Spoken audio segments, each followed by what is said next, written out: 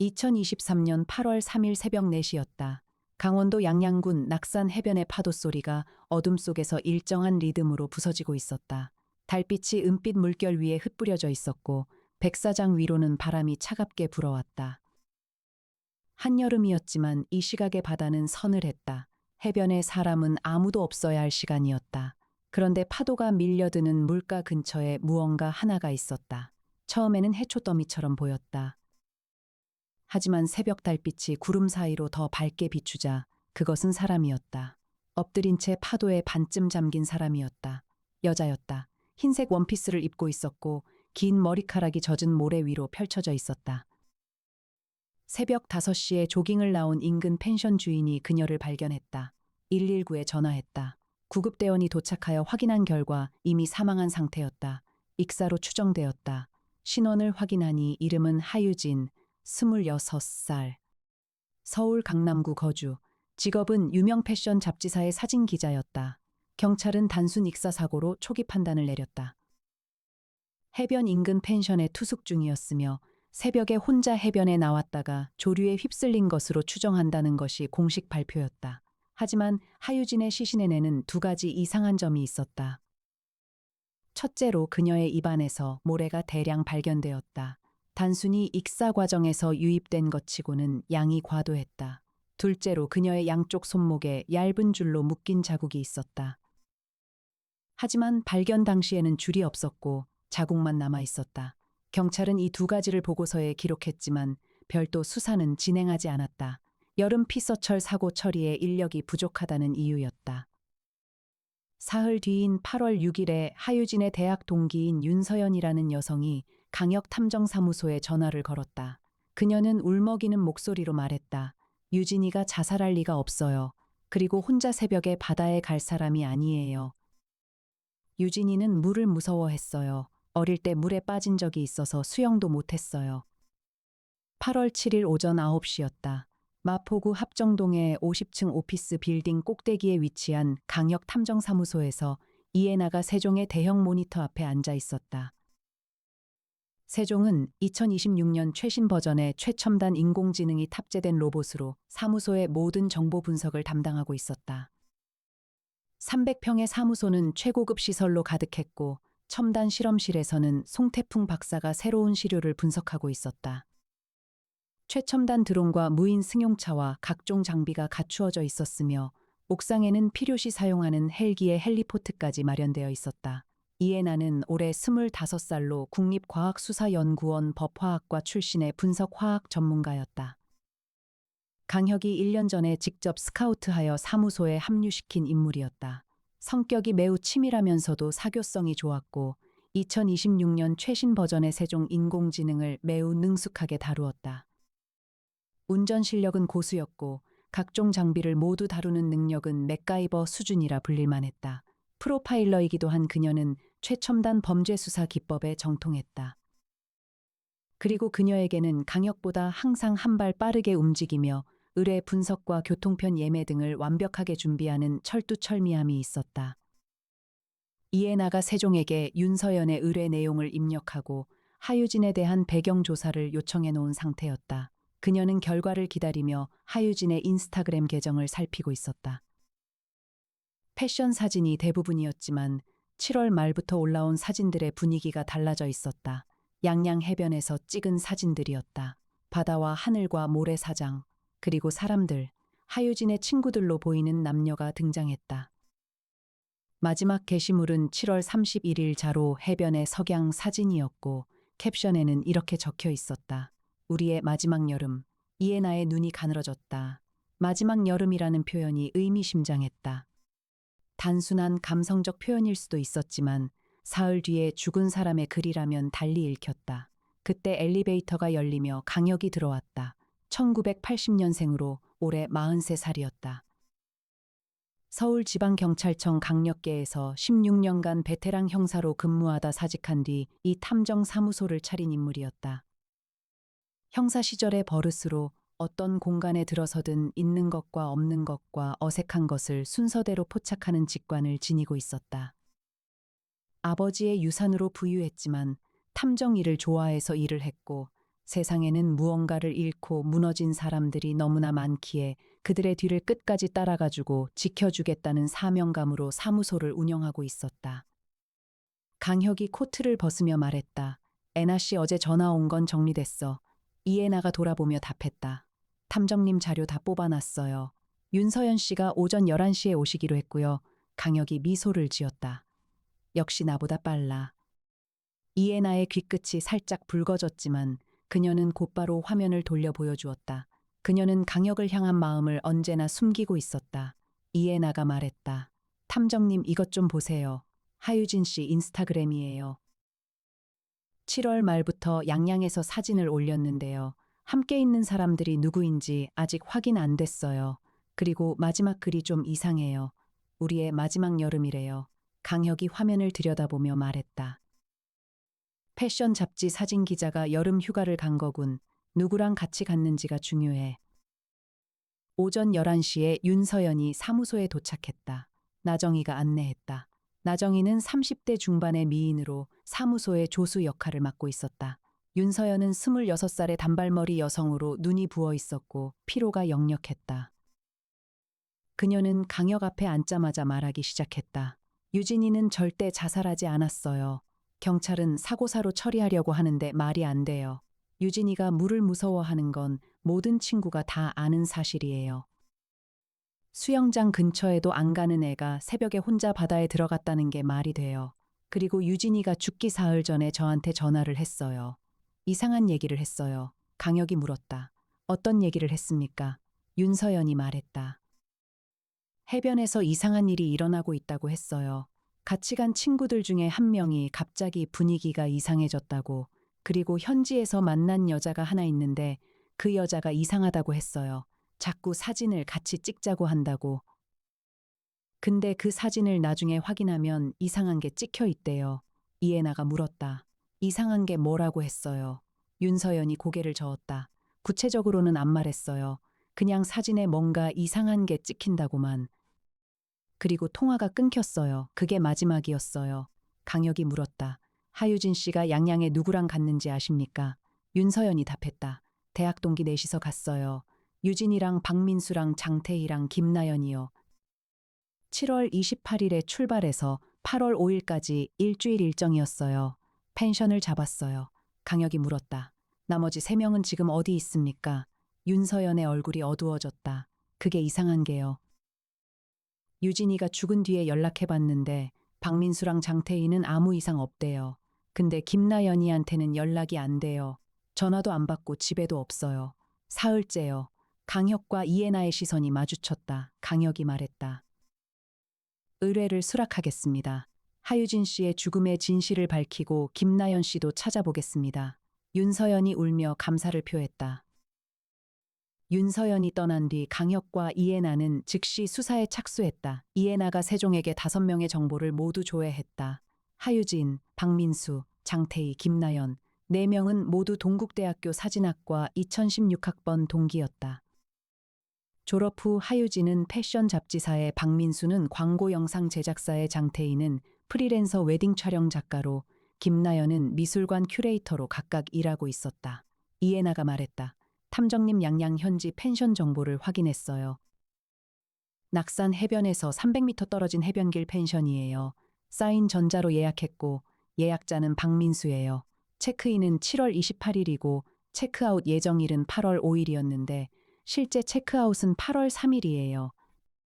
하유진 씨가 사망한 날이에요. 나머지 3명이 급히 체크아웃한 거예요.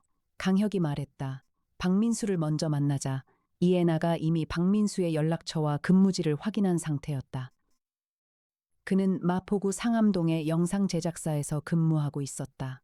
강혁이 전화를 걸었다. 박민수는 처음에 만남을 거부했다. 그 일에 대해서는 더 이상 얘기하고 싶지 않다고 했다. 하지만 강혁이 김나연의 실종을 언급하자 목소리가 변했다. 나연이가 연락이 안 돼요. 뭐라고요?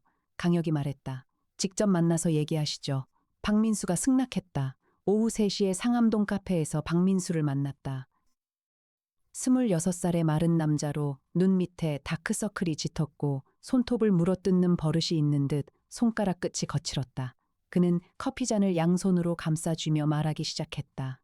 유진이 일은 정말 충격이었어요. 경찰이 사고사라고 하니까 그런 줄 알았는데 강혁이 물었다. 7월 28일부터 8월 3일까지 무슨 일이 있었는지 처음부터 말씀해 주세요. 박민수가 깊은 숨을 내쉬며 이야기를 시작했다. 넷이서 여름 여행을 갔어요. 대학 때부터 매년 여름에 한 번씩 만나는 게 전통이었거든요. 올해는 양양으로 갔어요. 처음 이틀은 좋았어요. 바다에서 놀고 사진 찍고 술 마시고. 근데 셋째 날부터 이상한 일이 생기기 시작했어요. 강혁이 물었다. 어떤 일이요? 박민수가 말했다. 해변에서 이상한 여자를 만났어요. 해변가 카페에서 일하는 알바생이라고 했는데 이름은 서가영이라고 했어요. 나이는 우리랑 비슷하게 보였고 굉장히 예뻤어요. 근데 묘한 분위기가 있었어요. 눈빛이 좀 비어 있달까. 처음에는 평범하게 얘기했는데 유진이가 사진 기자라는 걸 알고 나서부터 자꾸 사진을 찍어달라고 했어요. 자기가 모델이 되어줄 테니까 해변에서 사진을 찍자고. 이해나가 물었다. 사진을 찍었어요. 박민수가 끄덕였다. 유진이가 찍었어요. 서가영이랑 우리 넷이랑 같이. 근데 사진을 확인했을 때 이상한 게 있었어요. 강혁이 물었다. 뭐가 이상했는데요. 박민수의 얼굴이 하얗게 질렸다. 바다 쪽 배경에 사람들이 찍혀 있었어요. 우리가 찍을 때는 분명히 아무도 없었는데 물속에 사람들이 서 있는 거예요. 허리까지 물에 잠긴 채로. 한 명이 아니라 여러 명이요. 그리고 다 우리 쪽을 보고 있었어요. 사무소로 돌아온 강혁과 이해나는 송태풍 박사와 합류하여 정보를 정리했다. 송태풍은 43살의 의학 박사이자 범죄학 전공자로 사무소의 수석 연구원이었다. 현장 감식과 법의학 분석과 암호 해독에 이르기까지 광범위한 전문성을 갖추고 있었다. 이해나가 박민수에게서 받은 사진 파일을 세종에 입력하며 말했다. 박민수 씨가 핸드폰에 저장된 사진을 보내줬어요. 유진 씨 카메라로 찍은 건 경찰이 가져갔을 거예요. 하지만 당시에 단체 채팅방에 공유된 것들이 있대요. 세종의 대형 화면에 사진들이 나타났다. 해변 사진 12장이었다. 처음 6장은 평범했다. 4명의 친구가 백사장에서 웃고 있었고 배경에는 맑은 바다가 펼쳐져 있었다. 하지만 7번째 사진부터 달라졌다. 이 사진에는 5명이 찍혀 있었다. 4명의 친구와 1명의 낯선 여자, 서가영이었다. 서가영은 긴 검은 머리에 흰색 원피스를 입고 있었다. 강혁의 눈이 좁아졌다. 하유진이 발견되었을 때 입고 있던 것도 흰색 원피스였다. 서가영과 같은 옷이었다. 그리고 7번째 사진의 배경 바다에 사람 형체가 보였다. 세종에게 확대를 요청했다. 확대된 이미지에서 물속에 서 있는 인물들이 선명해졌다. 5에서 6명 정도가 허리까지 물에 잠긴 채 카메라 방향을 바라보고 있었다. 얼굴이 흐릿했지만 분명히 사람이었다. 송태풍이 말했다. 이중 노출이나 포토샵 흔적은. 이해나가 세종의 분석 결과를 보며 답했다. 메타데이터 조작 흔적 없어요. 원본이에요. 포토샵으로 편집한 게 아니에요. 송태풍이 고개를 갸웃거렸다. 그러면 실제로 사람들이 물속에 있었는데 촬영 당시에 눈에는 안 보였다는 건가? 강혁이 말했다. 2가지 가능성이 있어.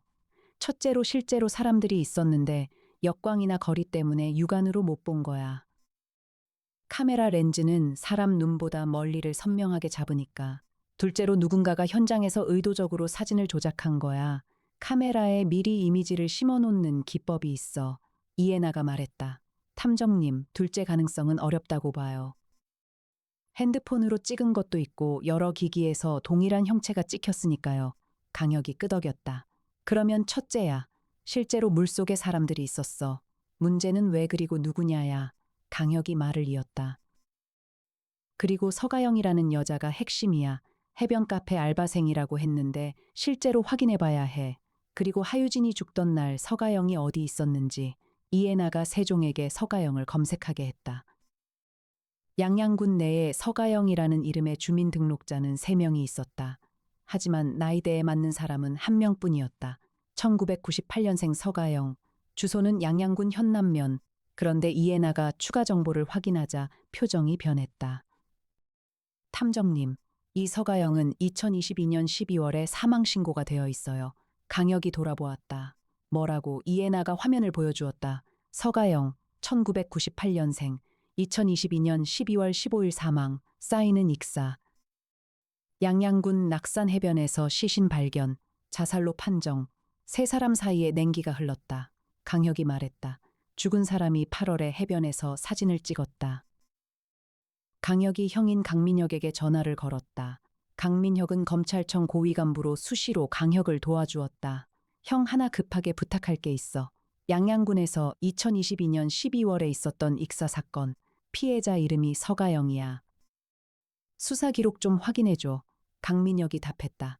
혀가 무슨 사건이야? 강혁이 말했다. 길어. 나중에 자세히 얘기할게. 지금은 급해. 강민혁이 알겠다며 전화를 끊었다. 이해나가 말했다. 탐정님 양양으로 가야 할 것 같아요. 현지에서 확인해야 할 게 많아요.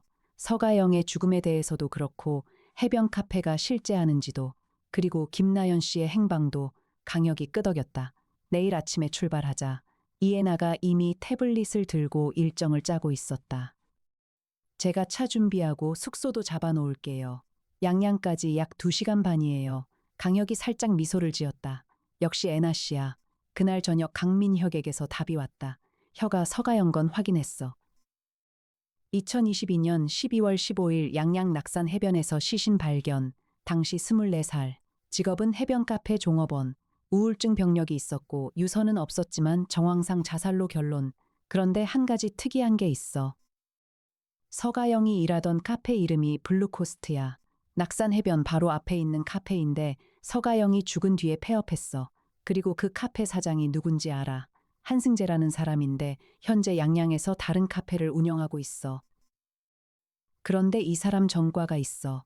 2015년에 불법 촬영으로 벌금형 받은 적이 있어. 강혁의 눈빛이 날카로워졌다. 불법 촬영 전과자가 해변 카페를 운영했고 그 카페 종업원이 익사 자살을 했고 그 종업원과 닮은 여자가 7개월 뒤에 같은 해변에 나타나 사람들과 사진을 찍었고 그 직후 사진 기자가 익사로 죽었다. 우연의 일치라고 보기에는 너무 많은 것이 엮여 있었다. 8월 8일 이른 아침에 강혁과 이해나는 양양으로 출발했다. 이해나가 검은색 최고급 승용차를 능숙하게 몰았다. 2시간 만에 양양에 도착했다. 첫 방문지는 낙산 해변 앞에 폐업한 카페 블루코스트 자리였다. 건물은 남아 있었지만 문이 잠겨 있었고 간판이 떼어진 자리에 먼지만 쌓여 있었다. 강혁은 건물 주변을 돌며 살폈다. 있는 것. 건물 뒤쪽에 폐쇄회로 카메라가 하나 남아 있었다. 렌즈가 해변 방향을 향하고 있었다. 없는 것. 출입문에 일반적인 카페에 붙어 있을 영업시간 안내나 메뉴판이 전혀 없었다. 어색한 것. 건물 측면에 환기구가 3개나 있었다. 일반 카페에 환기구 3개는 과했다. 이해나가 건물 뒤에 카메라를 보며 말했다. 이거 해변을 촬영하고 있었네요. 카페 안이 아니라 밖을요. 강혁이 끄덕였다. 불법 촬영 전과자가 운영하던 카페야. 해변을 향한 카메라. 환기구가 많다는 건 내부에 밀폐된 공간이 있었다는 뜻이야. 두 번째 방문지는 하유진 일행이 묵었던 해변길 펜션이었다. 펜션 주인을 만나 이야기를 들었다. 주인은 50대 남성으로 다소 까다로운 인상이었지만 사건에 대해서는 협조적이었다. 그분들 좋은 분들이었어요. 밤에 좀 시끄럽긴 했는데 큰 문제는 없었어요. 근데 8월 2일 밤에 좀 이상한 일이 있었어요. 새벽에 밖에서 소리가 나서 나와봤더니 하유진 씨가 해변 쪽을 향해 걸어가고 있었어요. 혼자였고 뭔가 홀린 것처럼 걷고 있었어요. 불렀는데 안 돌아보더라고요. 다음날 아침에 그분이 돌아가셨다는 걸 알았어요. 강혁이 물었다. 8월 2일 밤이면 사망 전날 밤이네요. 그때 누구 다른 사람은 없었어요. 주인이 말했다. 없었어요. 근데 하나 이상한 게 있었어요. 하유진 씨 앞에 100m쯤 떨어진 곳에 여자가 하나 서 있었어요. 해변 쪽에 흰 옷 입은 여자가 마치 하유진 씨를 기다리는 것처럼.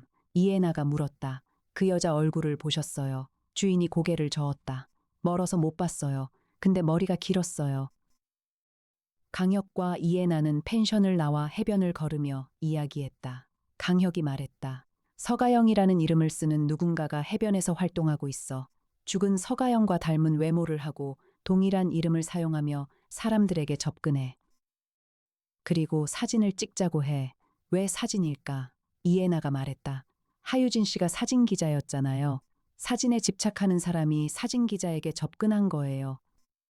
그리고 사진 속 바다에 사람들이 찍힌 건 하유진 씨의 카메라에 무언가가 조작된 걸 수도 있어요. 아니면 실제로 바다에 사람이 있었거나. 강혁이 멈추며 말했다. 한승재를 만나러 가자. 지금. 이해나가 이미 한승재의 새 카페 주소를 확인해 놓은 상태였다. 양양죽도 해변 근처의 카페였다. 차로 15분 거리였다. 카페 시사이드는 죽도 해변이 보이는 2층 건물이었다. 강혁과 이해나가 들어갔다. 오후 3시라 손님은 몇 명 없었다. 카운터 뒤에 40대 중반의 남자가 서 있었다. 키가 크고 마른 체형에 선글라스를 얹고 있었다. 한승재였다. 강혁이 커피를 주문한 뒤 자연스럽게 말을 걸었다. 여기 경치 좋네요. 이전에 낙산 쪽에서도 카페를 하셨다면서요. 한승재의 표정이 미세하게 경직되었다. 어떻게 아시죠? 강혁이 미소를 지으며 말했다. 강혁 탐정사무소입니다. 최근 낙산 해변에서 일어난 사건에 대해 여쭤볼 게 있습니다. 한승재의 얼굴이 굳었다. 나는 할 말 없어요. 나가주세요. 강혁이 차분하게 말했다. 서가영 씨에 대해 알고 계시죠? 한승재의 손이 떨렸다. 카운터를 잡으며 말했다. 그 이름을 왜 꺼내요? 그 애는 죽었어요. 강혁이 말했다. 압니다. 2022년 12월에 익사로 돌아가셨죠. 하지만 올해 7월에 누군가가 서가영이라는 이름을 사용하며 같은 해변에서 활동했습니다. 그 사람이 누구인지 아십니까? 한승재의 얼굴이 창백해졌다. 그건 불가능해요. 죽은 사람이 어떻게? 강혁이 날카롭게 말했다. 죽은 사람이 아니라 살아있는 누군가가 서가영을 사칭한 겁니다. 그리고 그 직후에 사람이 죽었어요. 한승재가 카운터에 주저앉으며 말했다. 나는 아무것도 모릅니다. 나가주세요. 강혁은 더 이상 밀어붙이지 않았다. 두 사람은 카페를 나왔다. 밖에서 이해나가 말했다. 완전히 동요했어요. 뭔가 알고 있어요. 강혁이 끄덕였다. 알고 있어. 하지만 지금은 말 안 해. 다른 경로로 압박해야 해. 그날 밤 이해나는 숙소에서 세종을 통해 한승재의 과거를 더 깊이 파고들었다. 그리고 하나를 발견했다. 한승재의 2015년 불법 촬영 사건의 피해자 목록에 서가영의 이름이 있었다. 서가영은 한승재의 불법 촬영 피해자였다. 그리고 그 뒤에 한승재의 카페에서 종업원으로 일했다. 피해자가 가해자의 가게에서 일한 것이었다. 이해나가 강혁에게 이 사실을 알리자 강혁의 얼굴이 어두워졌다. 피해자가 가해자 밑에서 일하게 됐다. 경제적으로 약점이 있었겠지. 아마 촬영물로 협박했을 거야. 그리고 결국 서가영은 자살했어. 그렇다면 서가영의 죽음에 한승재의 책임이 있어. 하지만 수사는 그걸 파악하지 못했고. 이해나가 말했다.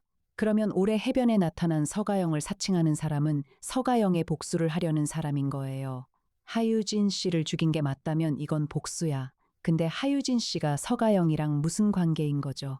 강혁이 말했다. 아직 모르겠어. 하유진과 서가영의 접점을 찾아야 해. 그리고 김나연이 사라진 것도 같은 맥락일 수 있어. 다음 날인 8월 9일에 강혁은 장태희를 만났다. 장태희는 양양 여행에 동행했던 4명 중 1명이었다. 서울에서 만났다. 그녀는 26살의 긴 생머리 여성으로 차분한 인상이었지만 눈 속에 불안이 서려 있었다. 강혁이 물었다. 해변에서 만난 서가영이라는 여자에 대해 말씀해 주세요. 장태희가 말했다. 처음 본 건 7월 30일이었어요. 해변에서 사진을 찍고 있었는데 갑자기 옆에 와서 말을 걸었어요. 사진 찍으시는 거예요. 저도 사진 좋아하는데 같이 찍어도 될까요? 유진이가 흔쾌히 그러라고 했어요. 예쁜 사람이었으니까 모델로 쓸 수 있겠다 싶었나 봐요. 이해나가 물었다. 서가영이 자기가 카페 알바생이라고 했어요. 장태희가 끄덕였다. 네, 블루코스트라는 카페에서 일한다고 했어요. 근데 우리가 그 카페를 찾아가 봤는데 폐업한 상태였어요. 유진이가 이상하다고 했어요. 그런데 서가영은 원래 다른 데서 일하는데 예전에 거기서 일했었다고 둘러댔어요. 강혁이 물었다. 사진 속 바다의 사람들은 언제 처음 발견하셨어요? 장태희가 말했다. 8월 1일이었어요. 7월 31일에 찍은 사진을 유진이가 노트북으로 보정하다가 발견했어요. 바다에 사람이 있다고. 우리는 분명히 해변에 우리밖에 없었거든요. 그런데 사진에는 있었어요. 유진이가 소름 끼친다고 했어요. 강혁이 물었다. 그 뒤에 서가영을 다시 만났습니까? 장태희의 얼굴이 어두워졌다. 네, 8월 2일에요. 서가영이 저녁에 갑자기 펜션으로 찾아왔어요. 오늘 밤 해변에서 특별한 게 있다고. 밤바다에서 불꽃놀이를 하는 행사가 있으니까 같이 보자고. 유진이랑 나연이가 가겠다고 했어요. 저랑 민수는 피곤해서 안 갔어요. 강혁의 눈이 번뜩였다. 유진이랑 나연이가 서가영과 함께 밤바다로 갔어요. 장태희가 끄덕였다. 그리고 다음 날 새벽에 유진이가 죽은 거예요. 나연이는 아침에 돌아왔는데 아무 말도 안 하더라고요. 눈이 풀려 있었고 뭘 물어봐도 대답을 안 했어요. 경찰 조사 끝나고 서울로 돌아온 뒤에 나연이한테 연락했는데 그때부터 전화를 안 받았어요. 강혁이 물었다. 서가영은 그 뒤에 봤어요. 장태희가 고개를 저었다. 안 봤어요. 사라졌어요. 사무소로 돌아온 강혁은 이해나 및 송태풍과 함께 사건을 종합했다. 이해나가 세종 화면의 타임라인을 정리했다. 7월 28일, 4명이 양양 도착. 7월 31일, 해변에서 서가영을 만남. 사진 촬영 8월 1일. 사진 속에서 바다의 인물들 발견. 유진 소름 끼쳐함 8월 2일 저녁. 서가영이 펜션으로 와서 유진과 나연을 밤바다로 데려감 8월 3일 새벽. 유진 사망. 나연 아침에 돌아옴. 상태 이상 8월 3일. 나머지 급히 체크아웃 및 귀경 8월 4일 이후. 나연 연락 두절. 강혁이 말했다. 핵심은 8월 2일 밤이야. 서가영이 유진과 나연을 데리고 간 그 밤에 뭔가가 일어났어. 유진은 죽었고 나연은 충격을 받아 말을 잃었어. 그리고 나연도 사라졌어. 송태풍이 말했다. 서가영을 사칭하는 인물이 범인이라면 동기가 뭐야? 유진과 서가영의 접점이 아직 안 밝혀졌잖아. 이해나가 세종에게 하유진과 서가영의 모든 관계를 검색하게 했다. 학교도 다르고 직장도 다르고 주소지도 다른 두 사람. 하지만 세종이 한 가지를 찾아냈다. 하유진이 2022년 9월에 양양에서 촬영한 작업 이력이 있었다. 패션 잡지의 해변 화보 촬영이었다. 촬영 장소가 낙산 해변이었고 촬영 당시 보조 스태프 명단에 서가영의 이름이 있었다. 이해나가 소리쳤다. 찾았어요. 하유진 씨가 2022년 9월에 양양에서 화보를 찍었을 때 서가영 씨가 현장 보조로 일했어요. 두 사람은 만난 적이 있어요. 강혁이 말했다. 2022년 9월이면 서가영이 죽기 석 달 전이야. 이해나가 추가 정보를 확인하며 말했다. 그리고 이 화보 촬영의 현장 코디네이터가 한승재예요. 한승재가 카페를 통해 현장 스태프를 공급했어요. 서가영은 그 일환으로 보조에 투입된 거예요. 강혁의 눈이 어두워졌다. 한승재가 서가영을 화보 촬영 현장에 보냈어. 그 현장에서 뭔가가 있었을 수 있어. 불법 촬영 전과자가 해변 화보 촬영 현장에 관여하고 있었다면 송태풍이 말했다. 화보 촬영 모델의 사진을 불법으로 유포했을 가능성이 있어. 그리고 서가영이 그걸 목격하거나 관여하게 됐을 수 있고 강혁이 말했다. 핵심에 다가가고 있어. 하지만 한승재만으로는 설명이 안 돼. 서가영을 사칭하는 사람이 누구인지를 밝혀야 해. 그 사람이 유진을 죽이고 나연을 납치한 진범이야. 이해나가 말했다. 서가영에게 가까운 사람을 찾아야 해요. 가족이나 연인. 서가영의 죽음에 분노하여 복수를 결심한 사람. 세종에게 서가영의 가족관계를 조회했다. 부모는 양양에 거주. 아버지 서정만 61살, 어머니 최미경 58살. 형제는 없었다. 하지만 연인 관계에서 한 명이 나타났다. 서가영의 전 남자친구 이도현, 1997년생, 26살. 직업은 서핑 강사. 거주지는 양양군 현남면. 서가영이 죽기 전까지 2년간 교제. 강혁이 말했다. 이도현. 서핑 강사면 해변에서 활동하는 사람이야. 이해나가 추가 정보를 불러왔다. 이도현은 현재 양양 서핑숍에서 근무. 하지만 주목할 점은 이도현에게 여동생이 있다는 것이었다. 이도현, 1999년생, 24살. 서가영과 외모가 유사한 긴 검은 머리의 여성. 강혁이 자리에서 일어섰다. 이도현의 여동생이 서가영을 사칭한 거야. 오빠의 여자친구가 죽었으니 복수를 하려고. 이해나가 끄덕이며 말했다. 서가영과 외모가 비슷하고 이름도 연자가 들어가고 같은 해변에서 활동하면서 서가영이라고 자칭했어요. 강혁이 말했다.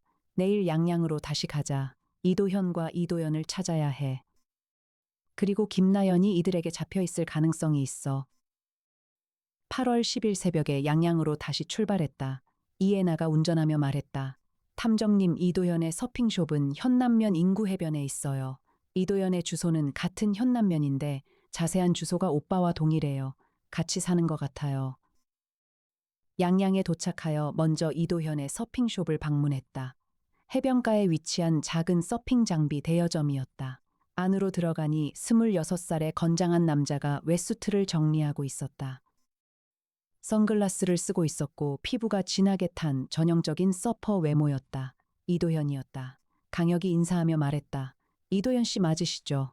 강혁 탐정사무소의 강혁입니다. 서가영 씨에 대해 여쭤볼 게 있어서 왔습니다.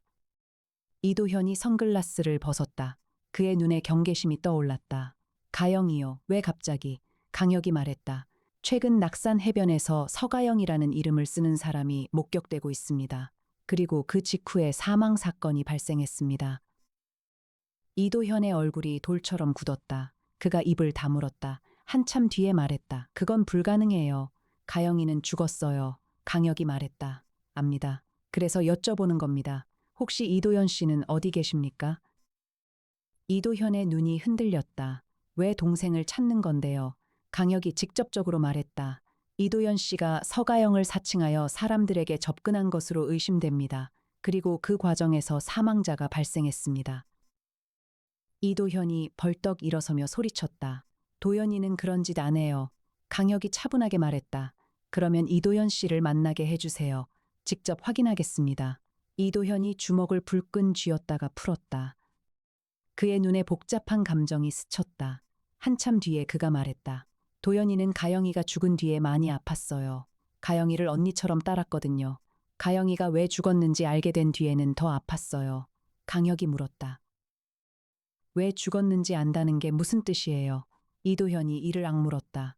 한승재 그 쓰레기 때문이에요. 그 인간이 가영이를 협박해서 일을 시켰어요. 그리고 가영이가 더 이상 못 견디고 죽었어요. 강혁이 물었다. 이도현 씨는 지금 어디 있습니까? 이도현이 고개를 숙였다. 일주일 전부터 연락이 안 돼요. 어디 갔는지 몰라요. 진짜 모릅니다. 강혁과 이해나는 서핑숍을 나와 차에 탔다. 이해나가 말했다. 이도현이 실종됐어요. 김나연도 실종이고 이 두 사람이 같은 장소에 있을 수 있어요. 강혁이 말했다. 이도현이 김나연을 데려간 건지 아니면 둘 다 제3자에게 당한 건지. 이해나가 말했다. 탐정님 한 가지 빠진 게 있어요. 우리는 이도현이 범인이라고 생각하고 있는데 만약 이도현도 피해자라면요. 강혁이 이해나를 바라보았다. 무슨 뜻이야? 이해나가 말했다. 서가영을 사칭한 사람이 이도현이라는 건 추정이에요. 외모가 비슷하다는 것만으로는 증거가 안 돼요. 만약 사칭한 사람이 따로 있고 이도현도 그 사람에게 당한 거라면요. 강혁이 생각에 잠겼다. 그 가능성도 있어. 그렇다면 진짜 범인은 누구지? 서가영의 죽음에 관련된 인물, 한승재. 한승재가 직접 서가영처럼 꾸민 여자를 이용해서 이해나가 말했다. 한승재가 불법 촬영을 했던 전과자잖아요. 그런 사람이 여자의 외모를 이용하는 건 충분히 가능해요. 다른 여자를 서가영처럼 꾸미게 해서 사람들에게 접근시킨 거예요. 목적이 뭘까요? 강혁이 말했다. 사진이야. 사진이 핵심이야. 서가영을 사칭한 사람이 하유진에게 접근해서 사진을 찍게 했어. 그 사진 속에 바다의 사람들이 찍혔어. 그게 뭔지가 중요해. 만약 그것이 실제 사람이라면 그 사람들은 누구야? 왜 바다에 서 있었어? 이해나의 눈이 커졌다. 잠깐만요. 한승재가 불법 촬영 전과자예요. 해변에서 활동하면서 몰래 사진을 찍었어요. 만약 그가 지금도 해변에서 불법 촬영을 하고 있다면, 물속에 서 있던 사람들이 그의 공범이라면, 해변의 사람들을 몰래 촬영하기 위한 인력이라면, 강혁이 고개를 저었다. 아니, 물속에 서서 뭘 찍어. 카메라 방향이 맞지 않아. 물속 사람들은 해변 쪽을 보고 있었어. 해변에 있는 사람들을 본 거야. 순간 강혁의 표정이 변했다. 잠깐, 물속에서 해변을 향해 서 있었다. 수중 카메라를 들고 해변의 사람들을 촬영하고 있었던 거라면 한승재가 수중에 사람을 배치해서 해변의 피서객들을 불법 촬영하고 있었던 거야. 하유진의 카메라에 우연히 그 장면이 찍힌 거야. 한승재 입장에서는 자신의 범행이 사진에 기록된 거야. 이해나가 탄식했다. 그래서 하유진 씨를 죽인 거예요. 사진을 없애기 위해 한승재가 하유진 씨를 죽이고 카메라를 가져간 거예요. 강혁이 말했다.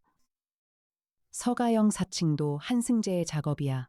누군가를 서가영처럼 꾸미게 해서 하유진에게 접근시키고 사진을 찍게 만들었어. 하유진이 그 사진 속에서 수중 촬영팀을 발견하면 어떻게 할까? 사진 기자니까 더 찍으려 할 거야. 그러면 한승재는 하유진의 위치와 행동을 파악할 수 있어. 그리고 기회를 봐서 제거한 거야. 이해나가 말했다. 김나연 씨는요? 강혁이 말했다. 김나연은 8월 2일 밤에 유진과 함께 해변에 나갔어. 유진이 죽는 것을 목격했을 가능성이 있어. 그래서 한승재가 김나연도 제거하려 하는 거야. 강혁이 전화기를 꺼냈다. 형한테 연락해야 해. 강민혁에게 전화했다. 형 긴급이야. 양양군 한승재라는 인물에 대해 체포영장이 필요해. 살인 용의자야. 강민혁이 말했다. 혀가 증거가 있어야 영장이 나와. 강혁이 말했다. 증거를 지금부터 확보할 거야. 형은 양양경찰서에 협조 요청해줘. 강민혁이 알겠다고 했다. 강혁과 이해나는 폐업한 블루코스트 카페로 다시 갔다. 이번에는 내부를 확인하기 위해서였다. 이해나가 전자피킹 도구로 뒷문을 열었다. 안으로 들어서자 먼지 쌓인 카페 내부가 나타났다. 테이블과 의자가 쌓여 있었고 카운터 뒤에는 커피 머신이 그대로 있었다. 하지만 강혁의 눈이 향한 곳은 다른 곳이었다. 카운터 뒤쪽 벽에 문이 하나 있었다. 열어보니 계단이 지하로 내려가고 있었다. 지하로 내려갔다. 좁은 통로를 지나자 작은 방이 나타났다. 방 안에는 컴퓨터 여러 대가 설치되어 있었고 모니터에는 먼지가 쌓여 있었지만 한 대의 컴퓨터에는 전원이 들어와 있었다. 하드디스크가 돌아가고 있었다. 누군가가 최근에 이곳을 사용한 것이었다. 이해나가 컴퓨터를 확인했다. 세종의 무선 연결하여 파일을 분석하게 했다. 결과가 나왔다. 수천 장의 사진 파일이 있었다. 해변에서 촬영된 사진들이었다. 피서객들의 모습이었고 대부분 여성이었다. 수중에서 촬영된 앵글이 포함되어 있었다. 한승재가 조직적으로 해변 불법 촬영을 하고 있었다는 증거였다. 그리고 한 폴더에서 이해나가 소리를 질렀다. 탐정님, 강혁이 다가가 화면을 보았다. 그 폴더에는 동영상 파일이 있었다. 날짜는 8월 3일 새벽 3시 20분. 카메라 각도는 해변을 내려다보는 것이었다. 카페 외벽에 설치된 감시 카메라 영상이었다. 영상에는 해변에서 두 사람의 여성이 걸어가는 모습이 찍혀 있었다. 한 명은 하유진이었고 다른 한 명은 김나연이었다. 그리고 뒤에서 남자 두 명이 따라가고 있었다. 한 명은 한승재였고 다른 한 명은 모르는 남자였다. 남자들이 두 여성에게 다가가 하유진을 붙잡는 장면이 찍혀 있었다. 김나연은 도망쳤고 한승재가 김나연을 쫓아갔다. 강혁이 말했다. 증거야. 이걸로 끝이야. 바로 그때 지하 계단에서 발소리가 들렸다. 강혁이 이해나를 뒤로 밀었다. 계단 아래에 한승재가 서 있었다. 손에 쇠파이프를 들고 있었다. 그의 뒤에 덩치 큰 남자 한 명이 더 있었다. 한승재가 말했다. 여기 들어오면 안 되는 거였는데. 강혁이 차분하게 말했다. 한승재 씨 경찰이 오고 있습니다. 포기하세요. 한승재가 웃었다. 여기까지 경찰이 오려면 20분은 걸릴걸요. 한승재가 쇠파이프를 들고 달려들었다. 강혁은 몸을 피하며 한승재의 팔을 잡고 비틀었다. 형사 시절 익힌 체포 기술이었다. 하지만 뒤에 남자가 강혁을 밀쳤다. 이해나가 즉시 행동했다. 그녀는 카운터에 있던 커피 머신의 스팀 노즐을 잡아당겨 뜨거운 증기를 남자의 얼굴에 분사했다. 남자가 비명을 지르며 뒤로 물러났다. 이해나가 그 틈에 남자의 다리를 걸었다. 남자가 넘어졌다. 강혁이 한승재를 제압하고 바닥에 눌렀다. 이해나가 결속밴드로 두 사람을 묶었다. 그녀의 손은 침착했다. 맥가이버 수준의 장비 활용 능력이 빛을 발한 순간이었다. 15분 뒤 경찰이 도착했다. 한승재가 체포되었다. 수사가 진행되면서 전모가 밝혀졌다. 한승재는 폐업한 블루코스트 카페를 거점으로 해변 불법 촬영 조직을 운영하고 있었다.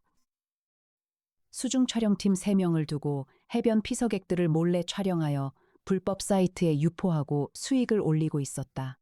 하유진이 우연히 수중 촬영팀의 모습을 카메라에 담은 것이 발단이었다. 서가영을 사칭한 인물은 한승재가 고용한 여성이었다. 이도연이 아니었다.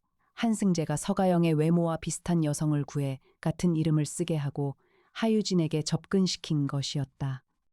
목적은 하유진의 행동을 파악하고 촬영 패턴을 알아내기 위해서였다.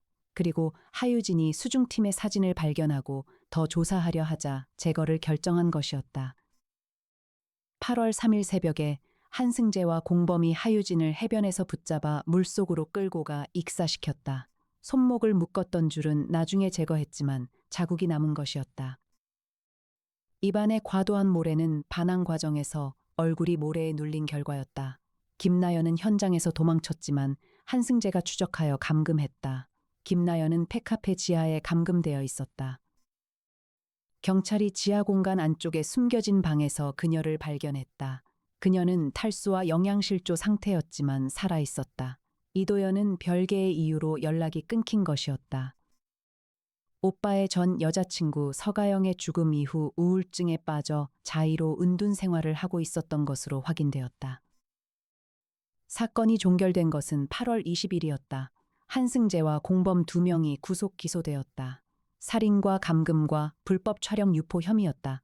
김나연은 병원에서 회복 중이었고 심리 치료를 시작했다. 하유진의 가족과 윤서연에게 진실이 전달되었다. 그런데 강혁은 한 가지가 마음에 걸렸다. 사진 속 수중의 인물들, 한승재의 수중 촬영팀은 3명이었다. 하지만 사진에 찍힌 인물은 5에서 6명이었다. 3명 이상이 물속에 있었다는 뜻이었다. 나머지 2~3명은 누구였을까? 강혁이 이해나에게 이 의문을 던지자 이해나가 세종에게 사진을 다시 분석하게 했다. 세종이 고도의 이미지 분석을 수행했다. 결과가 나왔을 때 이해나의 얼굴이 창백해졌다. 탐정님, 수중의 인물 중 3명은 한승재 팀이 맞아요. 하지만 나머지 인물들의 영상 분석 결과가 이상해요. 세종이 판단하기에 그 인물들은 실체가 아니에요. 카메라 렌즈의 왜곡이나 빛의 굴절로 만들어진 이미지도 아니에요. 세종도 설명할 수 없다고 해요. 강혁이 화면을 들여다보았다. 확대된 이미지에서 한승재 팀 3명 외에 2명의 형체가 더 있었다. 이 2명은 다른 3명보다 더 물속 깊이 서 있었고 형체가 희미했다. 하지만 분명히 사람 형태였다. 그리고 그중 1명의 얼굴이 복원되었을 때 이해나의 손이 떨렸다. 세종이 얼굴 인식을 수행한 결과 유사도 92%로 매칭된 인물이 있었다. 서가영이었다. 7개월 전에 같은 바다에서 익사한 서가영의 얼굴이 2023년 8월에 사진 속 바다에 찍혀 있었다. 강혁은 오래 화면을 바라보았다. 그리고 조용히 말했다. 이건 수사의 영역 밖이야. 이해나가 말했다. 탐정님, 세종이 분석 불가로 판정한 데이터예요. 어떻게 해석해야 할지 모르겠어요. 강혁이 창밖을 바라보며 말했다. 서가영은 한승재 때문에 죽었어. 그리고 한승재는 같은 바다에서 또 사람을 죽이려 했어. 어쩌면 서가영이 하유진에게 무언가를 보여주려 한 건지도 몰라. 카메라에 찍히는 것으로 이해나가 물었다. 귀신을 믿으세요, 탐정님. 강혁이 미소를 지으며 답했다. 글쎄, 하지만 한 가지는 확실해. 사진은 거짓말을 하지 않아. 사무소에 저녁이 찾아왔다. 나정이가 커피를 가져왔고 송태풍은 연구실로 돌아갔다. 강혁이 창가에 서서 합정동의 야경을 바라보았다. 강력계 시절 한 가족의 평생이 단 하룻밤 만에 사라지는 잔인한 진실을 가장 견디기 힘들어했던 그였다. 하유진이라는 26살 여성의 삶이 그렇게 끝났다. 하지만 진실은 밝혀졌고 범인은 잡혔다. 그것으로 충분한 것인지 강혁은 알 수 없었다. 이해나가 곁에 와서 말했다. 탐정님, 다음 의뢰 브리핑할까요? 강혁이 돌아보며 말했다. 애나 씨. 이해나가 고개를 살짝 기울였다. 네, 강혁이 말했다. 오늘 위험한 순간에 침착하게 대응해줘서 고마워. 역시 나보다 한 발 빠르더라. 이해나의 귀끝이 붉어졌지만 그녀는 담담하게 답했다. 당연한 거예요, 탐정님. 그녀의 마음은 언제나 그렇듯 깊은 곳에 숨겨두었다. 강혁이 말했다. 세상에는 무언가를 잃고 무너진 사람들이 너무나 많아. 우리가 할 수 있는 건 진실이라도 찾아주는 거야. 이해나가 끄덕였다. 네, 탐정님. 그래서 우리가 여기 있는 거잖아요.